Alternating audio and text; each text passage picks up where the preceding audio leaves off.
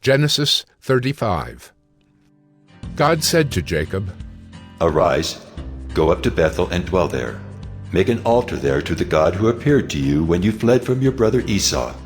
So Jacob said to his household and to all who were with him, Put away the foreign gods that are among you, and purify yourselves, and change your garments. Then let us arise and go up to Bethel, so that I may make there an altar to the God who answers me in the day of my distress, and has been with me wherever I have gone. So they gave to Jacob all the foreign gods that they had, and the rings that were in their ears. Jacob hid them under the terebinth tree that was near Shechem. And as they journeyed, a terror from God fell upon the cities that were around them, so that they did not pursue the sons of Jacob. And Jacob came to Luz, that is Bethel, which is in the land of Canaan, he and all the people who were with him. And there he built an altar, and called the place El Bethel, because there God had revealed himself to him when he fled from his brother. And Deborah, Rebekah's nurse, died, and she was buried under an oak below Bethel. So he called its name Allon-Bacuth. God appeared to Jacob again when he came from Paddan Aram, and blessed him.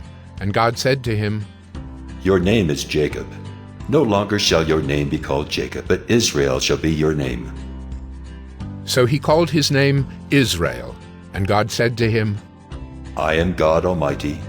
Be fruitful and multiply. A nation and a company of nations shall come from you, and kings shall come from your own body.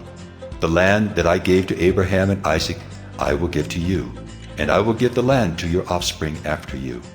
Then God went up from him in the place where he had spoken with him. And Jacob set up a pillar in the place where he had spoken with him, a pillar of stone.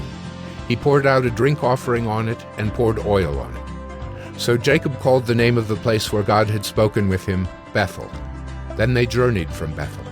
When they were still some distance from Ephrath, Rachel went into labor, and she had hard labor. And when her labor was at its hardest, the midwife said to her, Do not fear, for you have another son. And as her soul was departing, for she was dying, she called his name Ben-Oni, but his father called him Benjamin. So Rachel died, and she was buried on the way to Ephrath, that is, Bethlehem. And Jacob set up a pillar over her tomb. It is the pillar of Rachel's tomb, which is there to this day. Israel journeyed on, and pitched his tent beyond the Tower of Eder. While Israel lived in that land, Reuben went and lay with Bilhah, his father's concubine.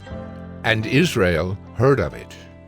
Now the sons of Jacob were 12, the sons of Leah, Reuben, Jacob's firstborn, Simeon, Levi, Judah, Issachar, and Zebulun.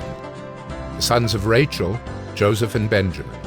The sons of Bilhah, Rachel's servant, Dan and Naphtali. The sons of Zilpah, Leah's servant, Gad and Asher. These were the sons of Jacob who were born to him in Paddan Aram.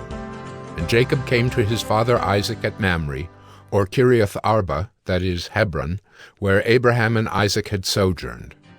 Now the days of Isaac were 180 years, and Isaac breathed his last, and he died and was gathered to his people, old and full of days. And his sons Esau and Jacob buried him.